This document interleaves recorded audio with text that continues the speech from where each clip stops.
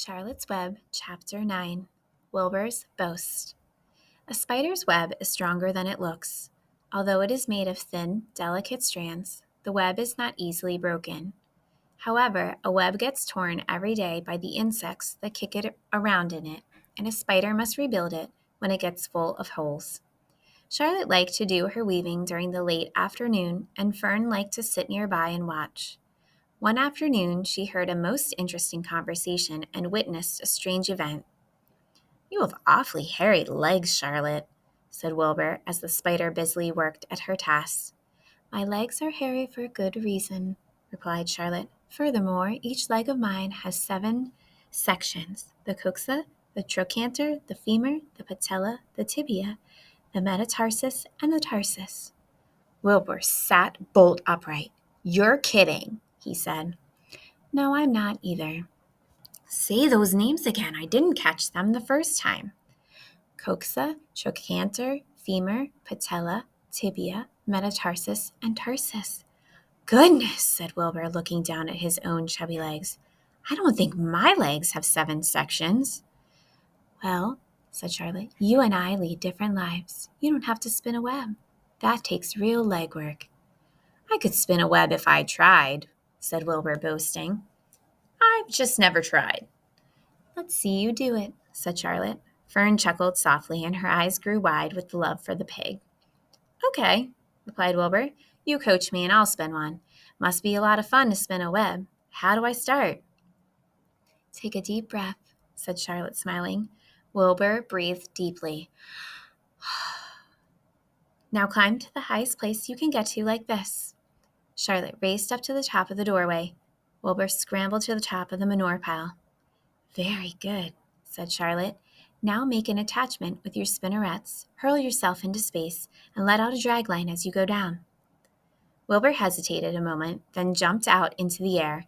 He glanced hastily behind to see if a piece of rope was following him to check his fall, but nothing seemed to be happening in his rear, and the next thing he knew, he landed with a thump. "Oomph," he grunted. Charlotte laughed so hard her web began to sway. "What did I do wrong?" asked the pig when he recovered from his bump. "Nothing," said Charlotte. "It was a nice try." "I think I'll try again," said Wilbur cheerfully.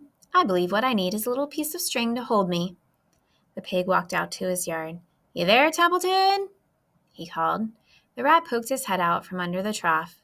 "Got a piece of string I could borrow?" asked Wilbur. "I needed to spin a web." "Yes, indeed," replied Templeton, who saved string. "No trouble at all. Anything to oblige." He crept down into his hole, pushed the goose egg out of the way, and returned with an old piece of dirty white string. Wilbur examined it. "That's just the thing," he said. "Tie one end to my tail, will you, Templeton?" Wilbur crouched low with his thin, curly tail towards the rat. Templeton seized the string, passed it around the end of the pig's tail, and tied 2 half hitches. Charlotte watched in delight. Like Fern, she was truly fond of Wilbur, whose smelly pen and stale food attracted the flies that she needed, and she was proud to see that he was not a quitter and was willing to try again to spin a web. While the rat and the spider and the little girl watched, Wilbur climbed again to the top of the manure pile, full of energy and hope. "Everybody watch!" he cried, and summoning all his strength, he threw himself into the air head first. The string trailed behind him, but as he had neglected to fasten the other end to anything, it didn't really do any good, and Wilbur landed with a thud, crushed and hurt. Tears came to his eyes. Templeton grinned. Charlotte just sat quietly. After a bit, she spoke. "You can't spin a web, Wilbur, and I advise you to put the idea out of your mind. You lack 2 things needed for spinning a web." "What are they?" asked Wilbur sadly. "You lack a set of spinnerets, and you lack know-how. But cheer up, you don't need a web. Zuckerman supplies you with 3 big meals a day. Why should you worry about trapping food?" Wilbur sighed. "You're ever so much cleverer and brighter than I am, Charlotte. I guess I was just trying to show off." "Serves me right." Templeton untied a string and took it back to his home. Charlotte returned to her weaving. "You don't need to feel too badly, Wilbur," she said.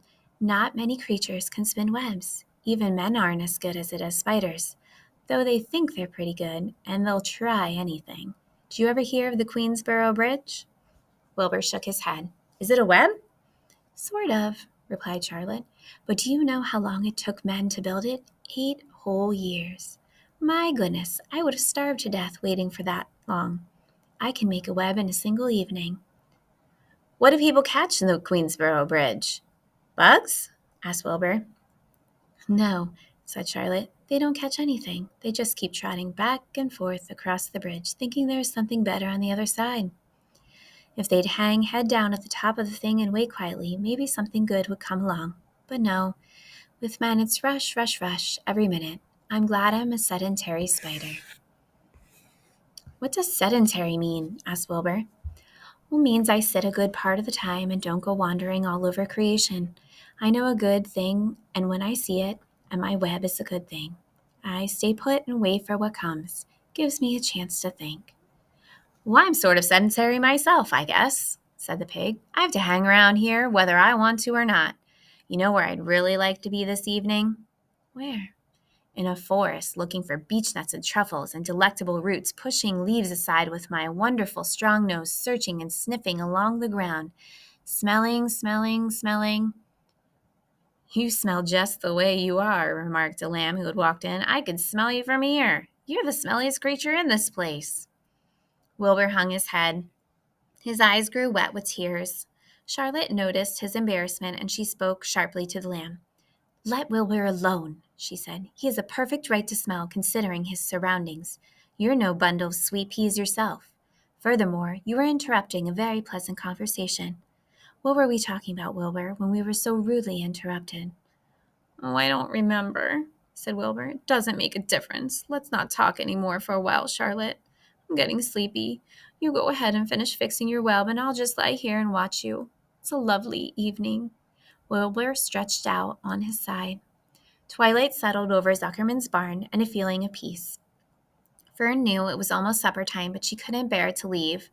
Swallows passed on silent wings, in and out of doorways, bringing food to their young ones. From across the road, a bird sang. Roo-boo, roo-boo. Lurvy sat down under an apple tree and lit his pipe. The animals sniffed the familiar smell of tobacco. Wilbur heard the trill of the tree toad and the occasional slamming of the kitchen door. All these sounds made him feel comfortable and happy, for he loved life and loved to be a part of the world on a summer evening. But as he lay there, he remembered what the old sheep had told him. The thought of death came to him, and he began to tremble with fear. Charlotte, he said softly. Yes, Wilbur? I don't want to die. Of course you don't, said Charlotte in a comforting voice. I just love it here in the barn, said Wilbur. I love everything about this place. Of course you do, said Charlotte. We all do. The goose appeared, followed by her 7 goslings. They thrust their little necks out and kept up a musical whistling like a tiny troop of pipers. Wilbur listened to the sound with love in his heart. Charlotte, he said. Yes, said the spider. Were you serious when you promised you would keep them from killing me? I was never more serious in my life. I'm not going to let you die, Wilbur. How are you going to save me? Asked Wilbur, whose curiosity was very strong on this point. Well, said Charlotte vaguely, I don't really know, but I'm working on a plan. That's wonderful, said Wilbur. How's the plan coming, Charlotte? Have you gotten very far with it? Is it coming along pretty well? Wilbur was trembling again, but Charlotte was cool and collected. It's coming all right, she said lightly. The plan is still in its early stages and hasn't completely shaped up yet, but I'm working on it. When do you work on it? Begged Wilbur. When I'm hanging head down at the top of my web, that's when I do my thinking, because then all the blood is in my head. I'd be only too glad to help in any way I can. Oh, I'll work it out alone, said Charlotte. I can think better if I'm alone. All right, said Wilbur, but don't fail to let me know if there's anything I can do to help, no matter how slight. Well, replied Charlotte, you must try to build yourself up. I want you to get plenty of sleep and to stop worrying. Never hurry and never worry.